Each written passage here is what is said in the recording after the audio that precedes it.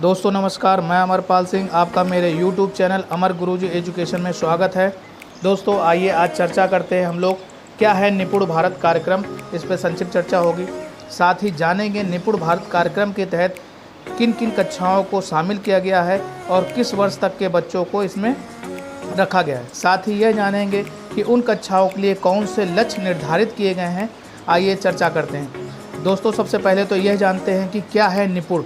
निपुण का full form है NIPUN। N का मतलब है नेशनल, I का है इनिशिएटिव फॉर, P का proficiency in reading with, U का मतलब है अंडरस्टैंडिंग एंड N का मतलब है न्यूमरेसी।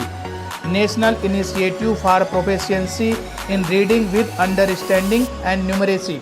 आधारभूत साक्षरता और आधारभूत गणित पर चर्चा की गई है इसमें।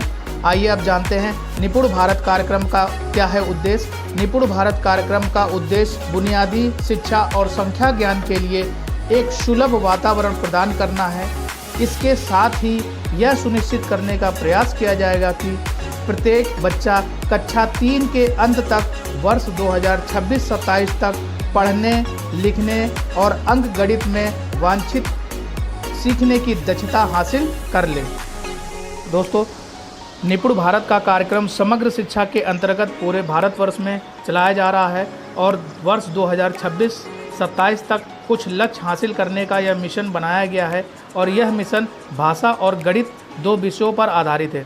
आइए बात करते हैं जो हमको भाषा और गणित के जो लक्ष्य निर्धारित किए गए हैं वो किन किन कक्षाओं के लिए निर्धारित किए गए हैं। मित्रों यह कक्षा बाल वाटिका से लेकर के कक्षा 3 तक एवं भाषा गणित के दोनों लक्ष्यों को निर्धारित करेंगे। आइए चर्चा करते हैं भाषा के।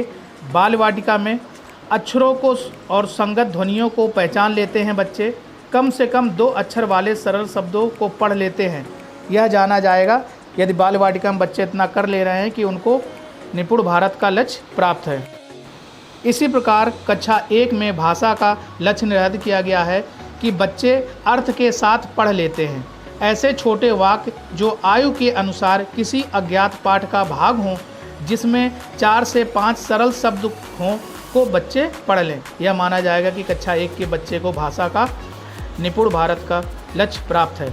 इसी प्रकार कक्षा 2 का है अर्थ के साथ पढ़ लेते हैं और 45 से 60 शब्द प्रति मिनट प्रवाह के साथ बच्चे पढ़ लेते हैं। आइए आगे आते हैं। कक्षा 3 का भाषा का है अर्थ के साथ पढ़ लेते हैं, न्यूनतम 60 शब्द प्रति मिनट के प्रवाह से बच्चे पढ़ लेते हैं। तो माना जाएगा कि बच्चों को भाषा का कक्षा 3 का निपुण का लक्ष्य हासिल हो गया है। इसी प्रकार गणित का आते हैं। बाल वाटिका पे चर्चा करते हैं। गणित का बाल वाटिका का है 10 तक के अंकों को पहचान और लेते हैं बच्चे और पढ़ लेते हैं।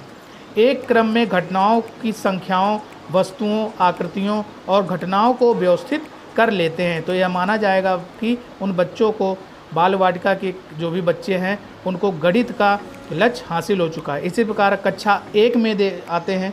गणित का जो लक्ष्य निर्धारित किया गया है 99 तक संख्या पढ़ एवं लिख लेते हैं। सरल जोड़ और घटाव बच्चे कर लेते हैं। तो यह माना जाएगा कि निपुण का उनको लक्ष्य हासिल हो गया है। इसी प्रकार कक्षा 2 में 999 तक संख्या पढ़ एवं लिख लेते हैं। 99 तक संख्याओं का घटाव व जोड़ कर लेते हैं।